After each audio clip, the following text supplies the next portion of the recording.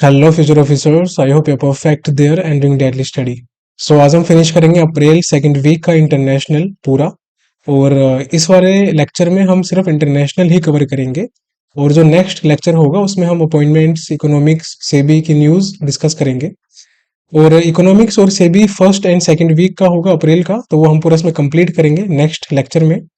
और इसकी जो वीकली कंपाइलेशन होगी अप्रैल सेकंड वीक की, वो आपको फर्स्ट मई को या फिर सेकंड मई को अवेलेबल करवाई दी जाएगी। और हमारा फर्स्ट मई को अप्रैल सेकंड वीक का लेक्चर पूरा कंप्लीट हो जाएगा। आपको अगर समझ में नहीं आ रहा हो तो मैं यहाँ पर लिख देता हूँ।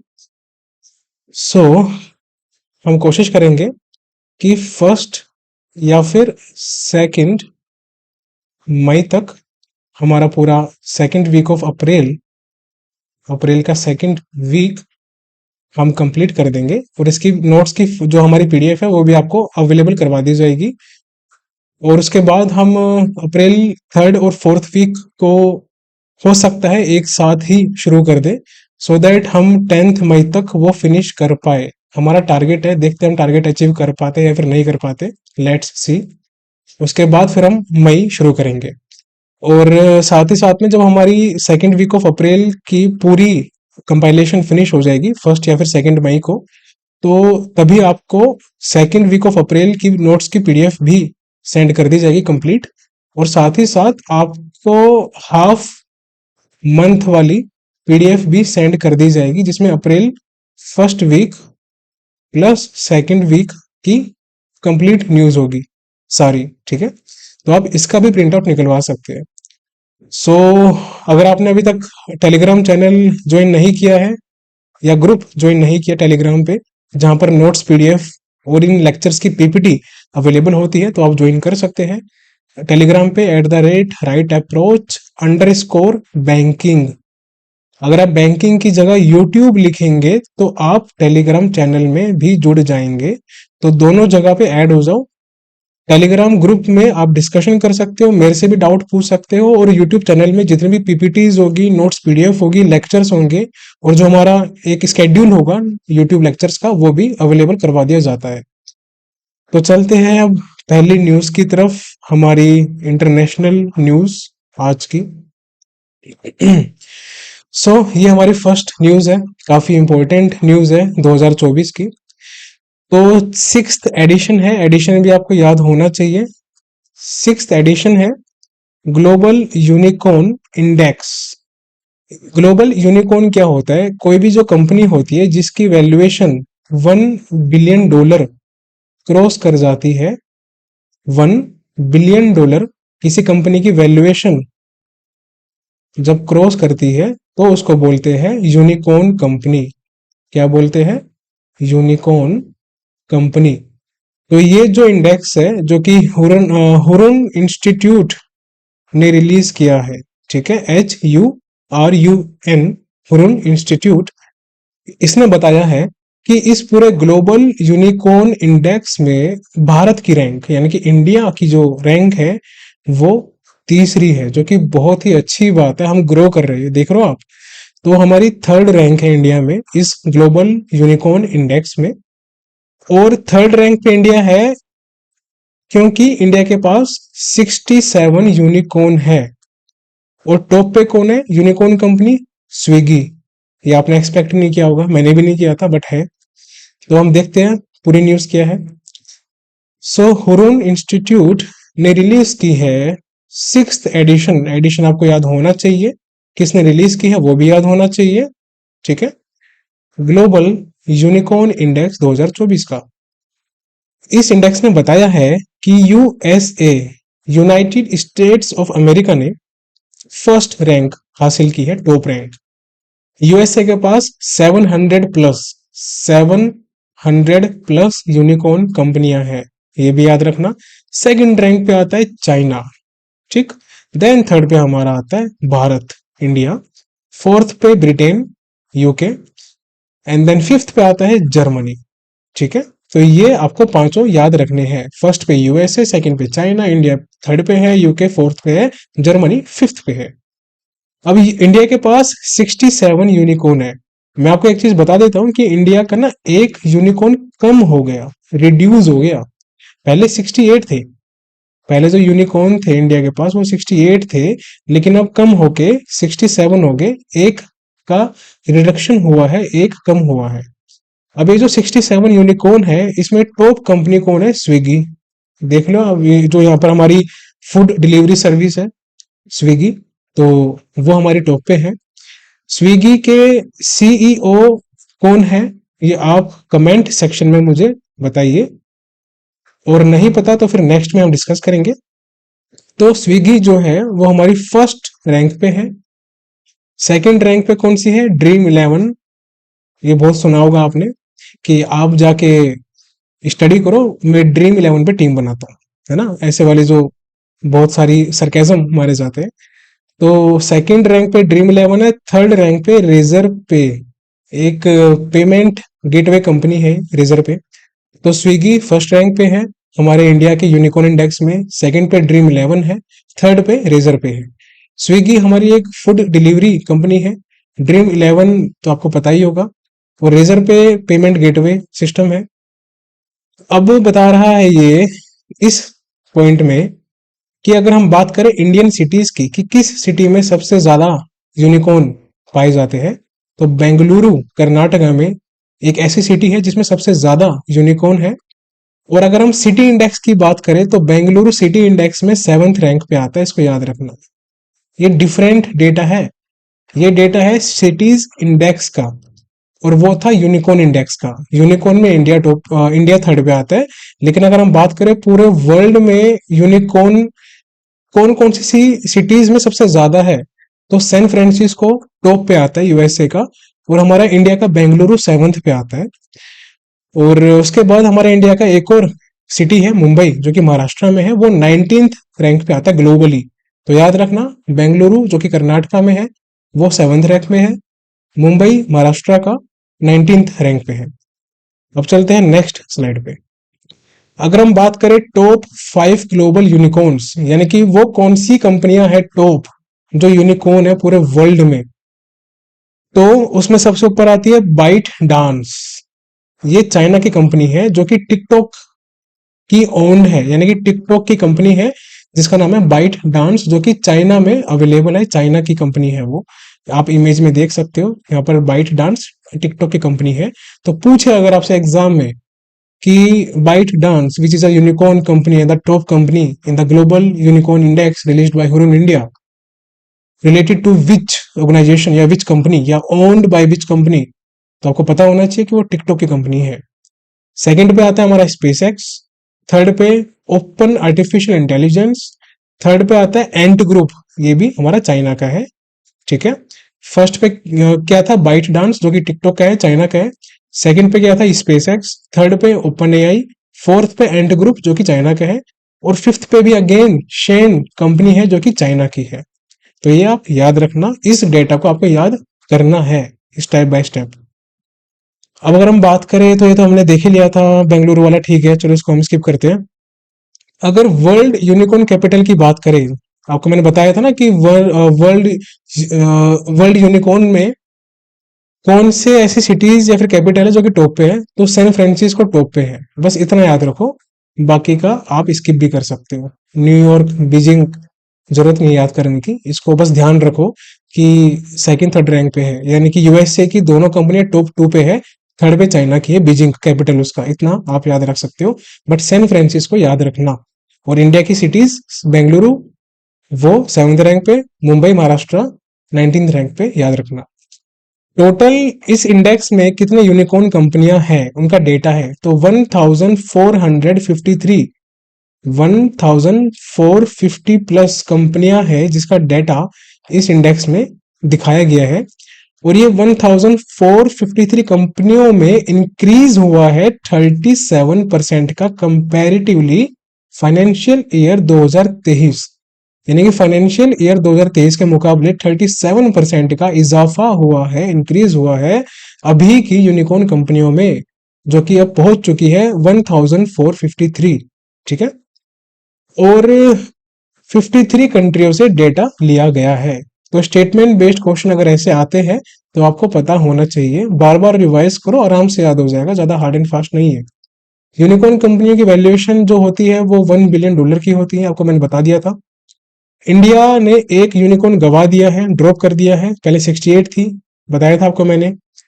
और टोटल अगर देखा जाए कि कितनी यूनिकॉर्न कंपनियां वर्ल्ड में ड्रॉप हुई है तो 42 कंपनियां, ये भी ध्यान रखो कि 42 कंपनियां, यूनिकॉर्न कंपनियां पूरे वर्ल्ड में ड्रॉप हुई है फाइनेंशियल ईयर 2024 के इंडेक्स में। टोटल वैल्यूएशन जो है 1453 यूनिकॉर्न कंपनियां की, वो कितनी है आपको पता होना चाहिए, बहुत इंपॉर्टेंट है। $5 ट्रिलियन। जापान की जितनी इकोनॉमी है ना उतनी। अब आप ध्यान रखो इस चीज को कि 1453 यूनिकॉर्न कंपनियों की जो वैल्यूएशन है वो है $5 ट्रिलियन, जो कि इक्वल टू है जापान की इकोनॉमी के। ठीक है, तो यहाँ पर ये देखो, जो हमारा यूनिकॉर्न होता है उसका मुंह ऐसा होता है, और जब भी कभी आपको ऐसा मुंह दिखाई दे तो समझ जाओ कि वो इंसान एक यूनिकॉर्न कंपनी है। इंडिया में टोटल 67 यूनिकॉर्न कंपनी है, याद रखना, कंफ्यूज नहीं होना इसके अंदर। न्यूज यहाँ पर समाप्त होती हुई। अब चलते हैं सेकंड खबर पर। तो हेपेटाइटिस के बारे में काफी चर्चा हुई है अब की बार, जो कि वर्ल्ड हेल्थ ऑर्गेनाइजेशन WHO, जिनके डीजी है हमारे टेड्रोस गैब्रियसस हमारे इनके डीजी है। और इसका हेडक्वार्टर कहां पर है, कमेंट में बताओ, बिना आगे का लेक्चर देखे हुए पॉज करके, अगर आपको पता है तो। नहीं पता तो लेक्चर देखो, याद हो जाएगा। तो WHO ने एक ग्लोबल हेपेटाइटिस रिपोर्ट, यानी कि ग्लोबल, पूरे वर्ल्ड में क्या क्या हेपेटाइटिस चल रहा है उसकी रिपोर्ट रिलीज की है 2024 की। और याद रखना, हेपेटाइटिस जो होता है वो वायरल होता है, वो बैक्टीरियल नहीं होता, वो वायरल होता है। तो एग्जाम में पूछ सकता है कि हेपेटाइटिस क्या है, तो आपको पता होना चाहिए ये वायरल होता है, ये बैक्टीरियल नहीं होता। और ये जो हेपेटाइटिस है पूरे वर्ल्ड में सेकंड लीडिंग इन्फेक्शन है। ठीक है, इन्फेक्शन याद रखो, इन्फेक्शन है जो कि मौत का कारण है, डेथ का कारण है पूरे वर्ल्ड में। किसके बाद फर्स्ट रैंक पे आता है ट्यूबरक्लोसिस, टीबी। ठीक है, टीबी फर्स्ट रैंक पे आता है। न्यूज देखते हैं। सो वर्ल्ड हेल्थ ऑर्गेनाइजेशन ने रिलीज की है global hepatitis report 2024, action for axis in low and middle income countries. आप इतना ध्यान रखो कि WHO ने रिपोर्ट रिलीज की है हेपेटाइटिस से रिलेटेड, इतना बहुत है। अगर पूछता है किसने रिपोर्ट रिलीज की है, तो कभी भी अगर मेडिकल टर्म्स की बात आए तो 99% केसेस में WHO ही सामने आता है। तो WHO ने बोला है इस रिपोर्ट में कि एकदम अलार्मिंग इंक्रीज हुआ है, अलार्मिंग सर्ज हुआ है किस चीज में, death caused by viral hepatitis. भाई वायरल हेपेटाइटिस के कारण जो मौतें हो रही है उसमें अचानक से बहुत ज्यादा इंक्रीजमेंट हुआ है। और ये वायरल हेपेटाइटिस क्या करता है, ये लीवर इन्फ्लेमेशन, आप यहाँ पर इमेज में देख रहे हो ना, ये जो लीवर है, लीवर इन्फ्लेमेशन करता है, लीवर पे असर करता है डायरेक्टली, और बहुत ज्यादा इसके नेगेटिव कंसिक्वेंसेज आते हैं। तो ये बात कर रहा है इस रिपोर्ट में हेपेटाइटिस बी के बारे में प्लस हेपेटाइटिस सी के बारे में। तो ये भी याद रखना, अगर स्टेटमेंट बेस्ड क्वेश्चन में दे कि WHO is talking about hepatitis A, B and C in this global hepatitis report, तो आपको गलत करना है, सिर्फ हेपेटाइटिस बी और सी के बारे में बात कर रहा है इस रिपोर्ट में। तो हमारा viral hepatitis second leading infection cause है डेथ का आफ्टर ट्यूबरक्यूलोसिस, टीबी के बाद। यानी कि टीबी एक ऐसा वायरल और एक ऐसा हम कह सकते हैं कारण है जो कि बहुत ज्यादा डेथ करता है, बहुत ज्यादा मौतें जिसके कारण होती है ग्लोबली। और ये WHO की पहली रिपोर्ट है, इसलिए ये इंपॉर्टेंट है और इसलिए ये न्यूज में डाली है मैंने।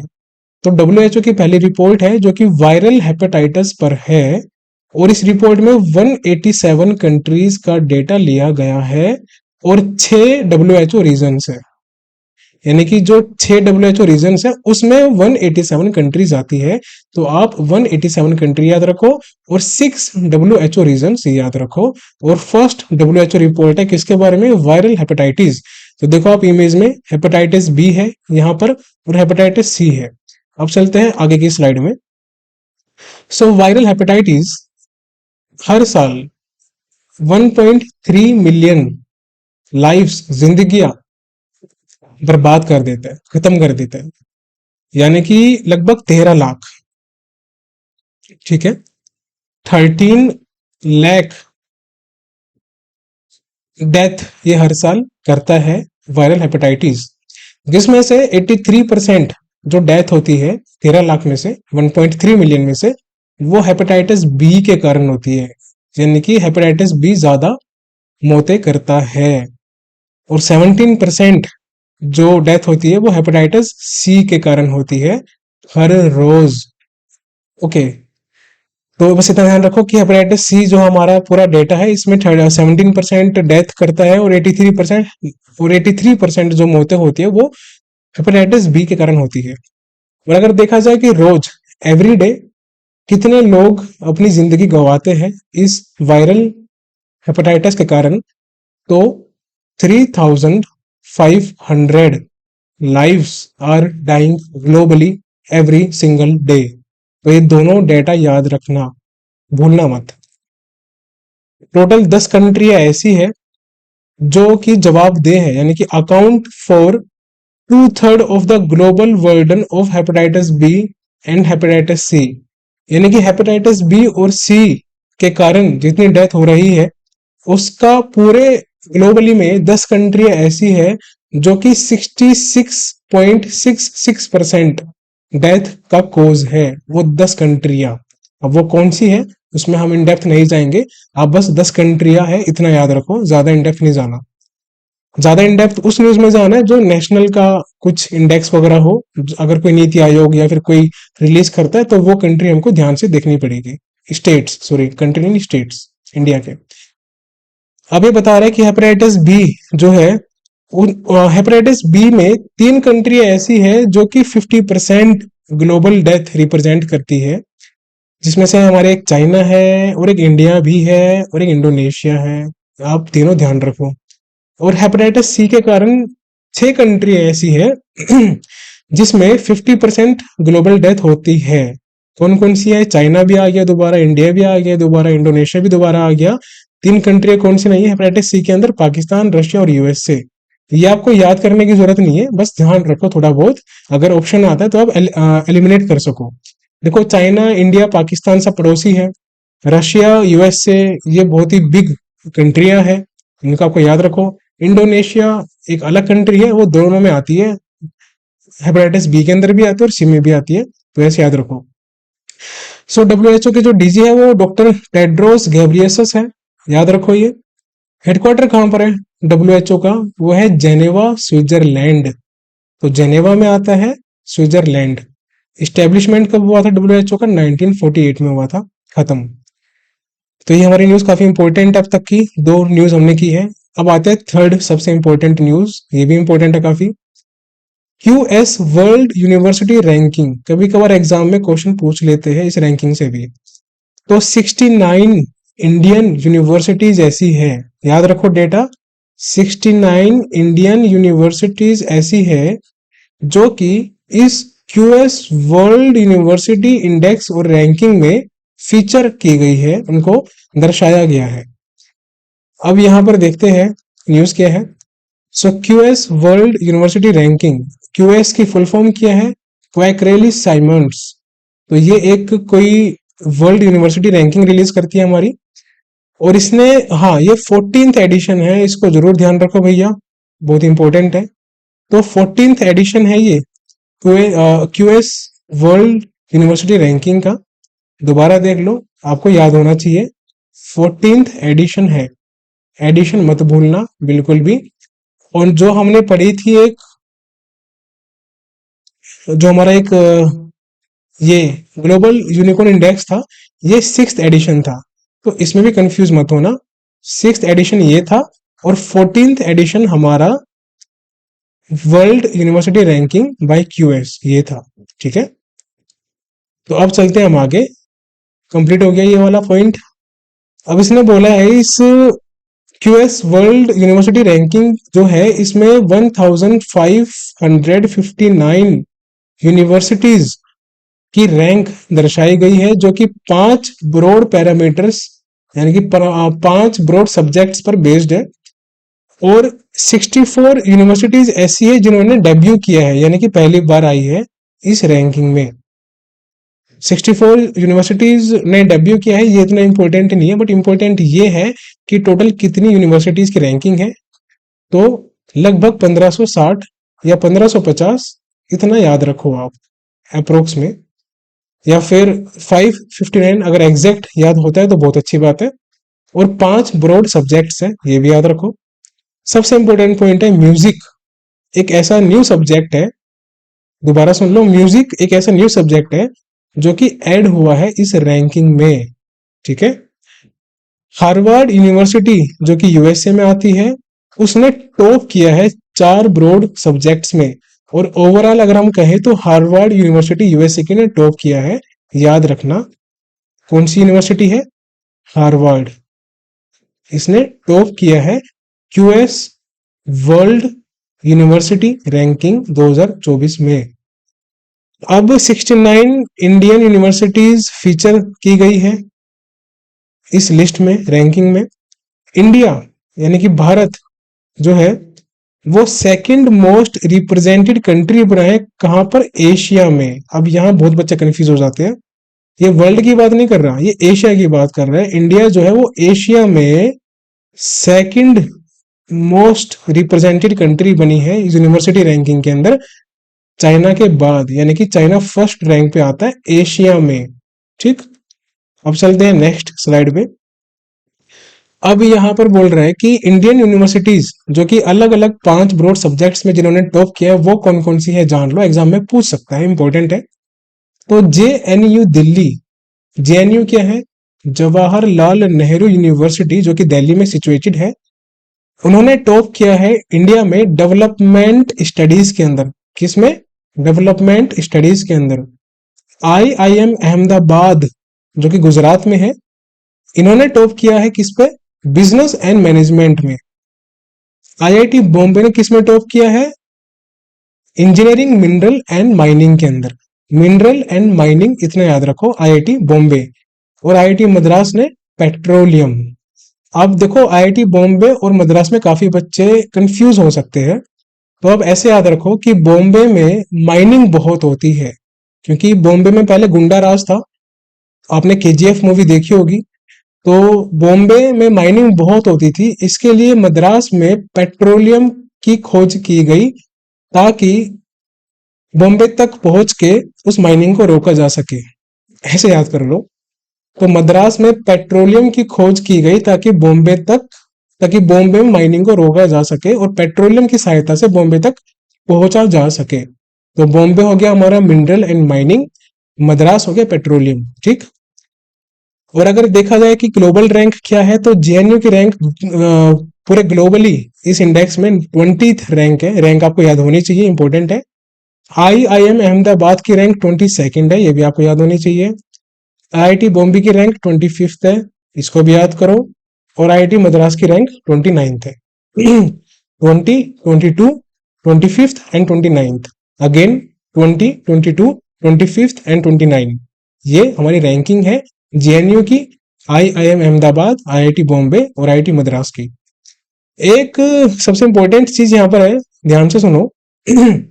अगर आपसे एग्जाम में पूछता है कि कौन सी ऐसी इंडियन यूनिवर्सिटी है जिसने परफेक्ट स्कोर 100 आउट ऑफ 100 का अचीव किया है, किसमें? ग्लोबली डेंटिस्ट्री के अंदर, दांतों का जो होता है ना, डेंटिस्ट्री, उससे रिलेटेड होता है सब्जेक्ट। तो डेंटिस्ट्री में किसने टॉप किया है ग्लोबली, जो कि 24th रैंक पे, लेकिन इंडिया की है वो है सविथा इंस्टीट्यूट जो कि चेन्नई के अंदर सिचुएटेड है। तो सविथा इंस्टीट्यूट है जिसने इंडिया में टॉप किया है, और जो डेंटिस्ट्री के अंदर। और एक लोती यूनिवर्सिटी है जिसने perfect 100 out of 100 score achieve किया है, और 24th रैंक है उनकी ग्लोबली डेंटिस्ट्री में। तो ये याद रखो आप। और जो हमारे क्यूएस वर्ल्ड रैंकिंग के जो हमारे सीईओ है, वो कौन है? Jessica Turner. जेसिका टर्नर हमारी सीईओ है क्यूएस की, और इनका हेडक्वार्टर कहाँ है क्यूएस का? लंदन, यूके, यानी कि यूके की कंपनी है। और ये हमारा जेएनयू दिल्ली, बहुत सुंदर है, कभी आना दिल्ली आप घूमना, अगर आप दिल्ली में बिलोंग नहीं करते हो तो, दिल्ली में नहीं रहते। सो WTO यानी कि वर्ल्ड ट्रेड ऑर्गेनाइजेशन, अब बात करेंगे हम ट्रेड से रिलेटेड, ठीक है, व्यापार। तो ग्लोबल ट्रेड आउटलुक, और भाई पूरे संसार के मुताबिक कितना कितना ट्रेड हुआ है, कैसे कैसे हुआ है, वो हम देख लेते हैं। तो ये अप्रैल की रिपोर्ट है 2024 की। तो global merchandise trade volume, global merchandise जो ट्रेड वॉल्यूम हुआ है वो प्रोजेक्ट किया जा रहा है कि 2024 में वो 2.6% हो जाएगा, मतलब 2.6% से इंक्रीज होगा, ठीक है, 2.6% से ग्रो करेगा, इंक्रीज होगा, ऐसा मानना है WTO का। अब न्यूज देख लेते हैं इसकी। सो वर्ल्ड ट्रेड ऑर्गेनाइजेशन ने रिलीज किया रिपोर्ट जिसका नाम है global trade outlook and statistics April 2024। तो इस रिपोर्ट में WTO ने बताया है कि ग्लोबल मर्चेंडाइज ट्रेड, देखो मर्चेंडाइज वो चीज होती है जिसको हम फिजिकली ट्रेड कर सकते हैं, फिजिकली स्टफ जो होते हैं वो होता है मर्चेंडाइज ट्रेड, ठीक है। तो ये प्रोजेक्ट किया जा रहा है कि ये ग्रो करेगा 2.6% से 2024 में, 3.3% से 2025 में। दोनों याद रखो, 2.6% से ग्रो करेगा 2024 में, और 3.3% से ग्रो करेगा 2025 में। ठीक है, यहां तक क्लियर हो गया आपको। अब चलते आगे। अब इसने बताया रिपोर्ट ने कि जो वर्ल्ड में मर्चेंडाइज ट्रेड है वो गिरा है, उसमें गिरावट आई है 5% की 2023 में। और गिरावट जब आई है 5% की तो कितना हो गया वो, 24 ट्रिलियन डॉलर। तो ये आपको अमाउंट याद होना चाहिए कि जब 5% की गिरावट आई 2023 में वर्ल्ड मर्चेंडाइज ट्रेड में, तो वो 5% की गिरावट के बाद 24 ट्रिलियन डॉलर अमाउंट आया है। हर एक कंट्री का जो इंपोर्ट था ना वो डिक्लाइन हुआ था। ये बहुत इंपॉर्टेंट चीज है, देखो कि हर एक कंट्री का डिक्लाइन हुआ था इंपोर्ट में, वर्ल्ड मर्चेंडाइज ट्रेड में, except 3 country, UAE, United Arab Emirates, Russia and Saudi Arabia. ये 3 कंट्री ऐसी थी जिनके इंपोर्ट में डिक्लाइन नहीं आया, बाकी सब के इंपोर्ट में डिक्लाइन आया था, इंक्लूडिंग इंडिया। अब यहां पर देखो जो इंडिया का मर्चेंडाइज एक्सपोर्ट है, अब भाई अब मर्चेंडाइज की बात हो रही है यानी कि कोई भी फिजिकल स्टफ, तो उसमें एक्सपोर्ट भी होगा और इंपोर्ट भी होगा, यानी कि आयात निर्यात दोनों होते हैं। आयात मतलब बाहर भेजा जाए, निर्यात मतलब इंडिया में लाया जाए, अगर आप इंडिया के कंट्री में रहते हो तो, ठीक है। तो मर्चेंडाइज एक्सपोर्ट में गिरावट आई है इंडिया में, किसकी बात कर रहा है, भारत की बात कर रहा है, याद रखना। तो ये गिरावट आई है एक्सपोर्ट में कितने की, 5% की, याद कर लो। और ये 2023 की बात हो रही है। तो 5% की गिरावट आने के बाद कितनी वैल्यूएशन आई है, $432 बिलियन। यानी कि जो टोटल 2023 का $24 ट्रिलियन अमाउंट था ग्लोबली, उसमें से $432 बिलियन इंडिया का है एक्सपोर्ट में।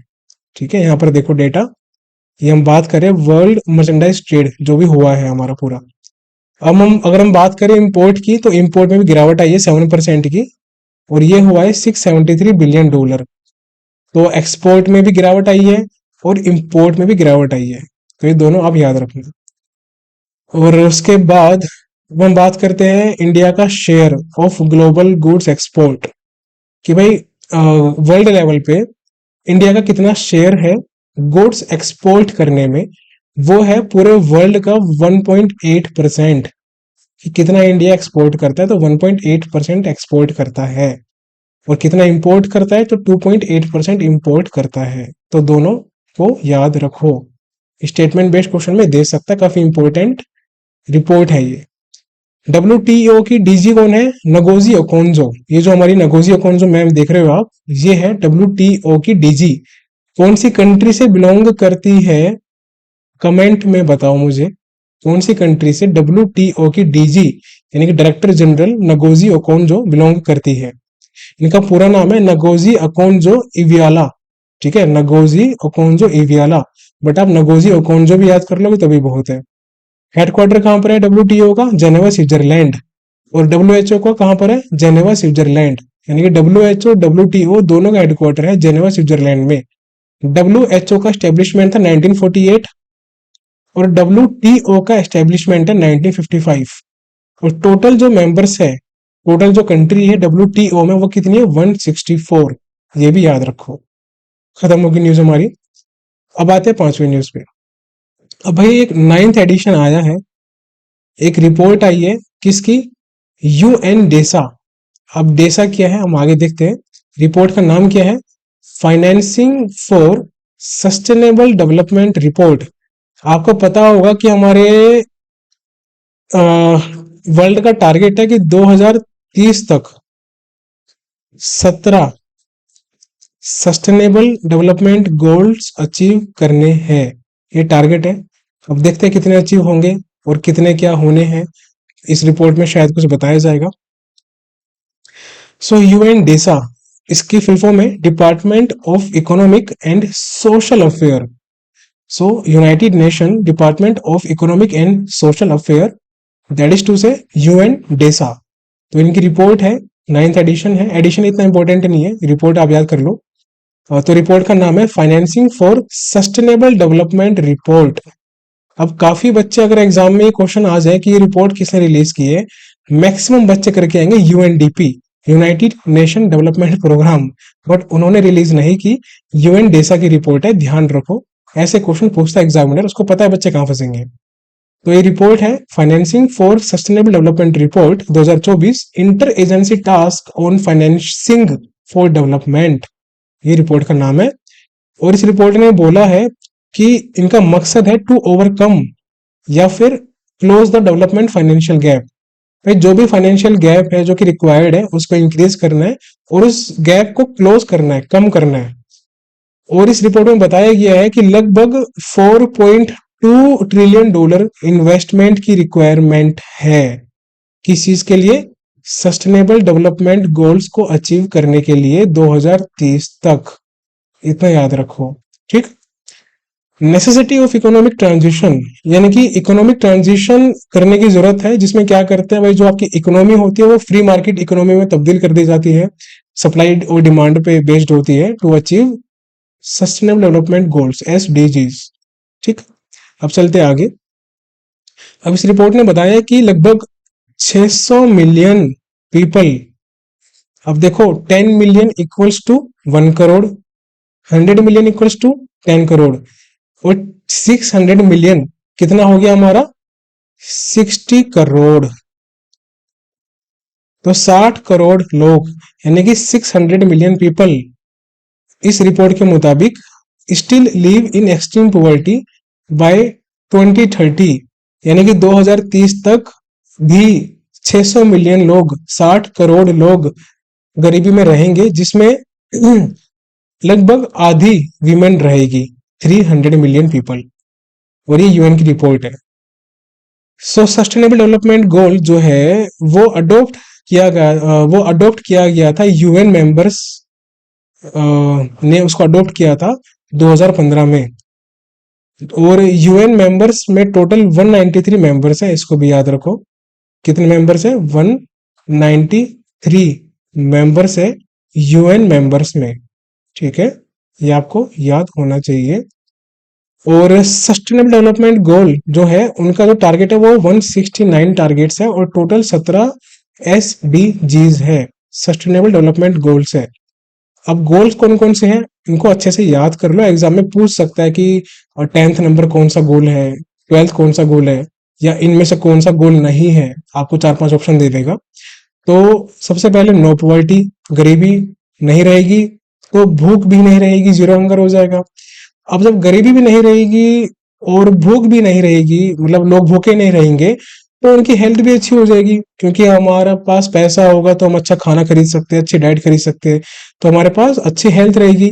अब जब हमारे पास हेल्थ अच्छी है तो हम अच्छी एजुकेशन पे फोकस कर सकते हैं, क्योंकि अगर आपकी हेल्थ अच्छी नहीं है तो आप एजुकेशन पे फोकस कैसे करोगे, आपका सारा पैसा, ध्यान, फोकस तो हेल्थ पे जाएगा। तो जब हमारी हेल्थ अच्छी होगी तो हम कोशिश करेंगे जेंडर इक्वलिटी की, कि वुमेन को भी आगे आने का मौका देना है और इक्वल रिप्रेजेंटेशन रखना है, तो जेंडर इक्वलिटी मेंटेन की जाएगी। और जब ये सब अचीव होगा तो हमको एजुकेशनल इंस्टीट्यूट्स वगैरह में भी और अच्छी लिविंग के लिए क्लीन वाटर एंड सैनिटेशन की जरूरत पड़ेगी। तो उस पे काम करेंगे। फिर जब हमारे पास इतना कुछ होगा तो हम कोशिश करेंगे कि ये पोल्यूशन CO2 कम हो, इसके लिए हम अफोर्डेबल एंड क्लीन एनर्जी पे काम करेंगे। ठीक है, जैसे हमारा रिन्यूएबल एनर्जी वगैरह होती है, सोलर पैनल्स होते हैं, इन पे काम करेंगे। जब ये सब चल रहा होगा तो इन चीजों से एक चीज में इजाफा होगा, वो किसमें है, डिसेंट वर्क, यानी कि काम अच्छा होगा। काम अच्छा होगा तो इकोनॉमी की ग्रोथ होगी। अब ग्रोथ होगी तो इंडिया क्या पता फर्स्ट रैंक पे भी आ जाए इकोनॉमिक एस्पेक्ट से। अब जब ये सब होगा तो इंडिया में इंडस्ट्रीज भी काफी स्टेब्लिश होगी, इनोवेशंस बहुत अच्छे अच्छे होंगे, लोगों को अपॉर्चुनिटी दी जाएगी। जब उनकी हेल्थ अच्छी हो रही है, उनको अच्छा एजुकेशन दिया जा रहा है, तो फिर वो इनोवेशन भी करेंगे। फिर जब इंडस्ट्री इनोवेशन और इंफ्रास्ट्रक्चर भी डेवलपमेंट किया जाएगा इंडिया में, तो जब ये सब हो रहा होगा, फिर हम फोकस करेंगे रिड्यूस्ड इन इक्वालिटीज पे, जात पात ये जो भी चीजें होती हैं उन पे फोकस करेंगे कि सब लोग एक है, कॉमन है। फिर हम फोकस करेंगे कि सिटीज और इकोनॉमीज को ज्यादा से ज्यादा सस्टेनेबल किया जाए। ठीक है, एंड देन एक रिस्पॉन्सिबल कंजम्पशन एंड प्रोडक्शन हो हर एक चीजों का, यानी कि वेस्ट ना जाए फालतू में।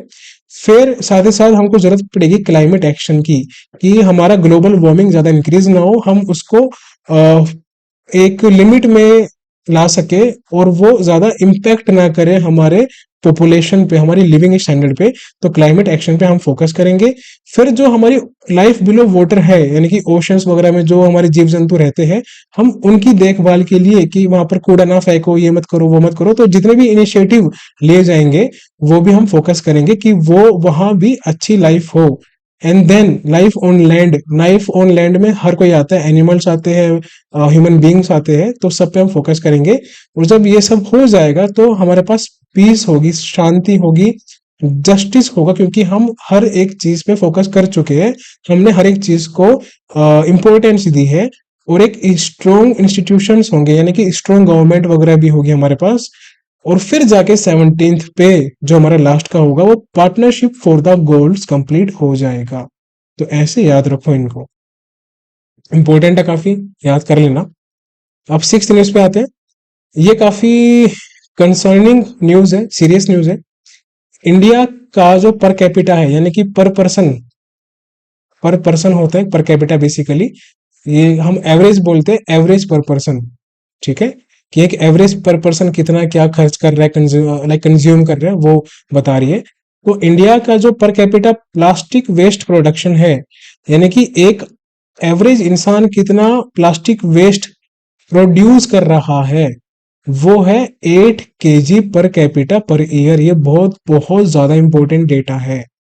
एक इंसान ऑन एन एवरेज एक साल में 8 kg प्लास्टिक वेस्ट की बात हो रही है, प्लास्टिक थैली बोटल्स वगैरह जो भी होती है, प्लास्टिक वेस्ट में एक आदमी लगभग 8 kg प्रोड्यूस कर रहा है प्लास्टिक वेस्ट एक साल में। और ये रिपोर्ट किसने रिलीज की है, EA अर्थ एक्शन ने ये रिपोर्ट रिलीज की है 2024। इस रिपोर्ट का नाम है प्लास्टिक ओवरशूट डे। ठीक है, प्लास्टिक ओवरशूट डे, जो कि 5 सितंबर को बनाया जाता है। ओके, सो यहाँ पर इस रिपोर्ट में देख लेते हैं क्या है। सो EA अर्थ एक्शन 2024 की रिपोर्ट है, जिसमें बताया है, और इस रिपोर्ट का नाम अगेन दोबारा पढ़ लो, प्लास्टिक ओवरशूट डे, याद रखो। और इस रिपोर्ट में इंडिया के बारे में बात हो रही है अब। तो Bharat is among the top 12 Nations. Bharat उन 12 कंट्रियों में आता है जो कंट्रीब्यूट करता है लगभग 60% of world's mismanaged plastic waste. यानी कि प्लास्टिक वेस्ट को मैनेजमेंट करना ही नहीं आता, आप इधर उधर फेंक रहे हैं, लैंडफिल में जा रहा है, पानी में जा रहा है, ओशंस में जा रहा है, पॉपुलेशन खराब, हमारा जो एनवायरनमेंट है वो खराब हो रहा है, जो हमारी लाइफ बिलो वाटर है उस पर इम्पैक्ट पड़ रहा है, जो लाइफ अबोव लैंड है उस पर इम्पैक्ट पड़ रहा है। तो बहुत सारी चीजें हैं जो कि उसको नेगेटिव वे में इफेक्ट कर रही है। तो उसके बारे में बात कर रहे हैं कि इंडिया उन 12 कंट्रियों में से है जो कि 60% पूरी वर्ल्ड में जिसके पास प्लास्टिक वेस्ट मैनेजमेंट नहीं है। तो इंडिया का जो पर कैपिटा यानी कि पर पर्सन प्लास्टिक वेस्ट प्रोडक्शन है, आपको मैंने बताया था 8 kg है एक साल में, one of the world's lowest. अब ये बात कर रहा है कि पूरे वर्ल्ड में लोवेस्ट कैटेगरी में आता है वैसे तो देखा जाए 8 kg। अब हाईएस्ट में कौन है जरा वो देख लेते हैं एक बार। तो हाईएस्ट में हमारा वहां यहाँ पर आता है, देखो आप डर मत जाना, बेल्जियम। तो ये देखो मैप में कितना सुंदर लग रहा है मैप में, लेकिन वैसे बहुत खतरनाक काम किया है इसने। तो बेल्जियम एक ऐसी कंट्री है जो हाईएस्ट प्लास्टिक वेस्ट प्रोड्यूस करती है पर पर्सन, यानी कि एक आदमी 148 केजी पर ईयर, यानी कि 16 टाइम्स ज्यादा है। देखो कितना, बहुत इवन उससे भी ज्यादा लग रहा है मुझे तो, 16 टाइम्स से भी ज्यादा लग रहा है, बट आप 16 टाइम्स याद रखो। तो 148 केजी पर ईयर प्रोडक्शन कर रहा है प्लास्टिक वेस्ट का बेल्जियम। और ओमान दूसरी कंट्री जो कि जिसने टॉप किया है, यानी कि जो highest mismanage plastic waste कर रही है, 111 केजी पर पर्सन। ठीक है, अभी देखो यहां पर है कि अब ये दोनों कंट्रियों में अलग बात हो रही है। यहां पर ध्यान देना, बेल्जियम जो है वो हाईएस्ट प्लास्टिक वेस्ट प्रोड्यूस कर रहा है, ठीक है, लेकिन जो ओमान है वो, उसके पास मैनेजमेंट नहीं है प्लास्टिक वेस्ट का, यानी कि वो जितना मैनेजमेंट होना चाहिए उसका उसका बहुत ज्यादा वो मैनेज नहीं कर पा रहा। कितना, लगभग 111 केजी। लेकिन आपके एग्जाम के परस्पेक्टिव से इंपॉर्टेंट कौन सा है, बेल्जियम वाला, बट ओमान को भी ध्यान रखना थोड़ा सा। सो यहां पर अब न्यूज पे देख लेते हैं। अब इंडिया, ऐसा अंदाजा लगाया जा रहा है कि इंडिया रिलीज करता है on an average 3.9 lakh ton of microplastics. कितना, 3.9 लाख टन्स माइक्रोप्लास्टिक की बात हो रही है। माइक्रोप्लास्टिक इंडिया प्रोड्यूस करता है। और 31.5 केजी टन्स ये प्रोड्यूस करता है केमिकल्स एडिटिव्स इनटू वाटरवेज। अब आप एक चीज सोचो कि माइक्रोप्लास्टिक्स कितना ज्यादा प्रोड्यूस हो रहा है, और इंडिया भी उसमें बहुत ज्यादा रिलीज कर रहा है, जो कि 3.91 लाख टन है माइक्रोप्लास्टिक, और 31.5 केजी टन है केमिकल एडिटिव्स। ठीक है, 2024 में। और अब हम आते हैं नेक्स्ट न्यूज पे, सॉरी इसी की स्लाइड है नेक्स्ट। तो global plastic waste generation increased. Okay, तो अगर हम देखें कि ग्लोबली 2021 के मुकाबले कितना प्लास्टिक वेस्ट इंक्रीज हुआ है ग्लोबली, तो वो 7% इंक्रीज हुआ है। अगर आपसे क्वेश्चन पूछता है कि सिंस 2021 कितना ग्लोबल प्लास्टिक वेस्ट इंक्रीज हुआ है 2024 में, तो 7% इंक्रीज हुआ है। और ग्लोबली पूरे वर्ल्ड में देखा जाए तो 220 million tons of plastic waste was developed in 2024। ये बहुत इंपॉर्टेंट डेटा है कि 2024 में 220 million ton plastic waste develop हुआ है, या फिर हम उसको प्रोड्यूस भी कह सकते हैं। और 70 मिलियन टन जो हमारा प्लास्टिक वेस्ट है वो मिसमैनेज्ड है, उसका मैनेजमेंट नहीं हो पाया, और वो हमारे पोल्यूशन, हमारा जो एनवायरनमेंट है उसको पोल्यूट कर रहा है, खराब कर रहा है। यानी कि 70 मिलियन टन जो है वो हमारा खराब कर रहा है। सिर्फ 150 मिलियन टन हम मैनेज कर पाए प्लास्टिक वेस्ट डेवलपमेंट को पूरे ग्लोबली। बाकी आपको बता ही दिया मैंने बेल्जियम ओमान वाला। अब हम आते हैं हमारी अगली न्यूज पे, और ये भी बहुत इंपॉर्टेंट न्यूज है। तो reserve bank of Zimbabwe, Zimbabwe एक बहुत ही अच्छी कंट्री है, और काफी एक स्पोर्ट्स ऐसा है जिसमें जिम्बाब्वे काफी आगे रहता है। कौन सा स्पोर्ट है, सोच के बताओ, आपको पता होगा। तो जिम्बाब्वे जो हमारा है, रिजर्व बैंक ऑफ जिम्बाब्वे, जैसे हमारे इंडिया में होता है ना रिजर्व बैंक ऑफ इंडिया, जो कि पूरी इकोनॉमी को बैलेंस करता है, इन्फ्लेशन डिफ्लेशन जितना जितना होना चाहिए, सीपीआई डब्ल्यूपीआई। तो ऐसे ही हमारा एक जिम्बाब्वे का है, रिजर्व बैंक ऑफ जिम्बाब्वे। उन्होंने न्यू करेंसी लॉन्च की है जिसका नाम है जिग, ZIG, जिग याद रखो, जिम्बाब्वे गोल्ड नाम है इसका। जी से क्या है, गोल्ड, और ZI से क्या है, जिम्बाब्वे, तो जिम्बाब्वे गोल्ड जिग।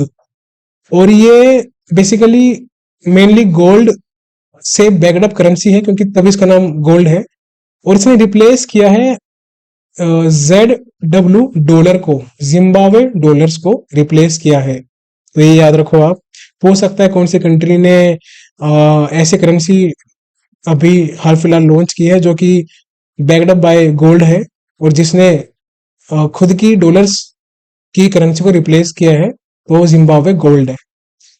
बस इतना याद रखो। जिम्बाब्वे के प्रेसिडेंट कौन है? एमरसन मनंगागवा।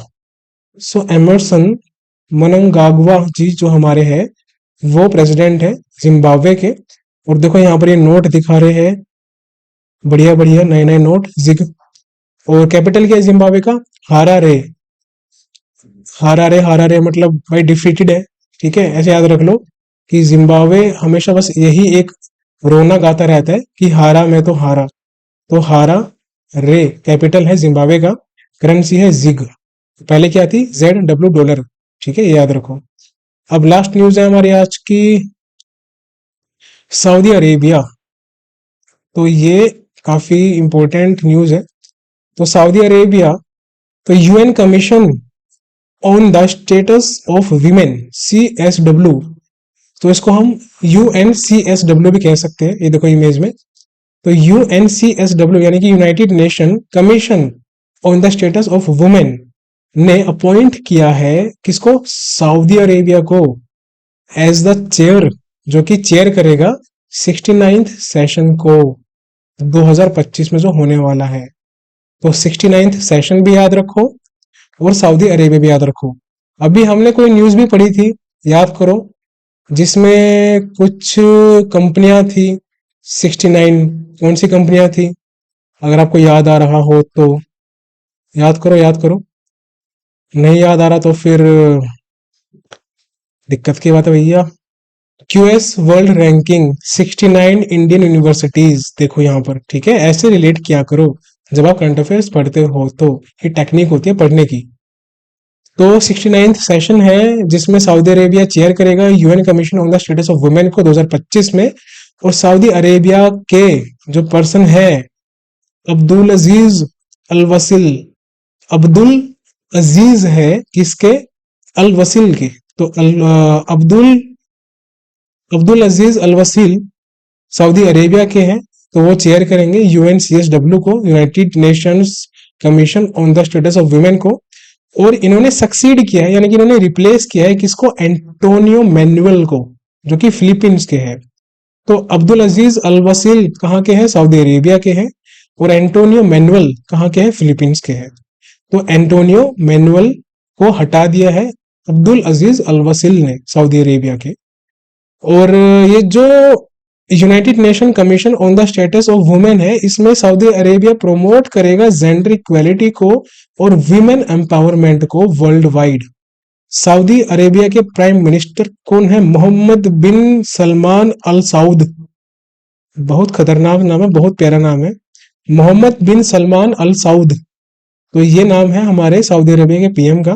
कैपिटल क्या है? रियाद। एग्जाम में पूछ लेते हैं कभी कभार, करेंसी भी पूछ लेते हैं, तो सऊदी रियल, रियाल बोल लो, रियल बोल लो, जैसे भी याद हो वैसे बोल लो। तो सऊदी रियल इसकी करेंसी है। और रियाद कैपिटल है किसका? सऊदी अरेबिया का। हमने कैपिटल पढ़ा था अभी, हारा रे। वो कौन सी कंट्री का कैपिटल है? कमेंट में बताओ मुझे। ठीक है, तो ये हमारा सेशन फिनिश हो चुका है। आई होप आपको समझ में आया होगा हर एक चीज जो मैंने यहाँ पर समझाया है आपको। और उम्मीद करता हूँ आपको सब सेशन पसंद आ रहे होंगे। अपने दोस्तों के साथ, फ्रेंड्स के साथ, ग्रुप में, हर जगह फैला दो लेक्चर्स को।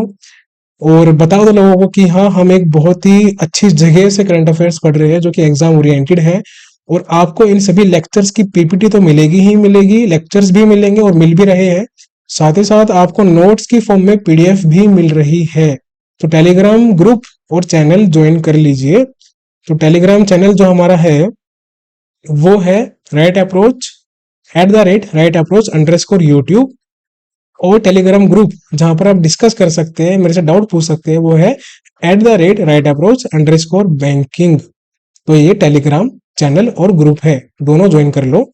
और अभी तक अगर आपने फर्स्ट वीक की वीडियोस नहीं देखी है तो सारी वीडियोस जो भी है, नेशनल पार्ट 1 की, पार्ट 2 की, RBI की, बैंकिंग, सब जाके देखो। और अप्रैल सेकंड वीक में RBI की एज सच कुछ इंपॉर्टेंट न्यूज थी नहीं, एक दो न्यूज थी, तो वो हम थर्ड फोर्थ वीक में कवर करेंगे जल्दी ही। कल हमारा जो लेक्चर होगा वो होगा इकोनॉमिक्स और सेबी से रिलेटेड, जो कि April first and second week का कंप्लीट होगा। तो कल का लेक्चर, कल का सेशन थोड़ा सा ज्यादा टाइम का हो सकता है, लेकिन पूरा देखना है, बहुत इंपॉर्टेंट है आपके एग्जाम के लिए। कुछ भी छोड़ोगे तो अपने कंपटीटर का फायदा करवाओगे, वो नहीं करवाना। तो सीट किसी को नहीं देनी। स्नैच योर सीट, अपनी सीट का जो हक है वो लो, मेहनत करो, रिवीजन करो। और इन सभी सेशंस के नोट्स बनाने की आवश्यकता बिल्कुल भी नहीं है, बिल्कुल भी नहीं है। नोट्स की फॉर्म में पीडीएफ अवेलेबल है, मैं बार बार बोल रहा हूं, वहां पर जाके पीडीएफ का प्रिंट आउट निकलवाओ, पीडीएफ से पढ़ो, रिवीजन करो। ये नोट्स फॉर्म की जो पीडीएफ है, जो करंट अफेयर्स मॉड्यूल नाम से है, ये मोर देन इनफ है आपके किसी भी बैंकिंग एग्जाम के लिए to score among the toppers. और दूसरा, किसी सोर्स पे आपको डिपेंड होने की जरूरत नहीं है। राइट अप्रोच का current affairs module notes PDF more than enough है, ये आप मेरा भरोसा कर सकते हो। आपके जब एग्जाम आएंगे 2024 में, तब इसका आप आउटकम देख लेना। और बाकी हम जल्दी ही कुछ टाइम बाद क्विज वगैरह भी लॉन्च करेंगे, प्रीमियम क्विज वगैरह टाइप की होगी, जो कि रिवीजन के तौर पे होगी। तो वो भी आपके बहुत काम आएगी, आरआरबी पीओ मेंस में, क्लरिकल मेंस में, आईबीपीएस पीओ मेंस में, एसबीआई पीओ मेंस में। तो लग जाओ अच्छे से डेडिकेटेडली। मिलते हैं जल्दी ही नेक्स्ट लेक्चर में, इकोनॉमिक्स प्लस से भी, अप्रैल 1st एंड 2nd वीक का। सो अभी के लिए हम अलविदा लेते हैं आपसे। बाय बाय, टेक केयर, और मिलते हैं जल्दी। सी यू सून।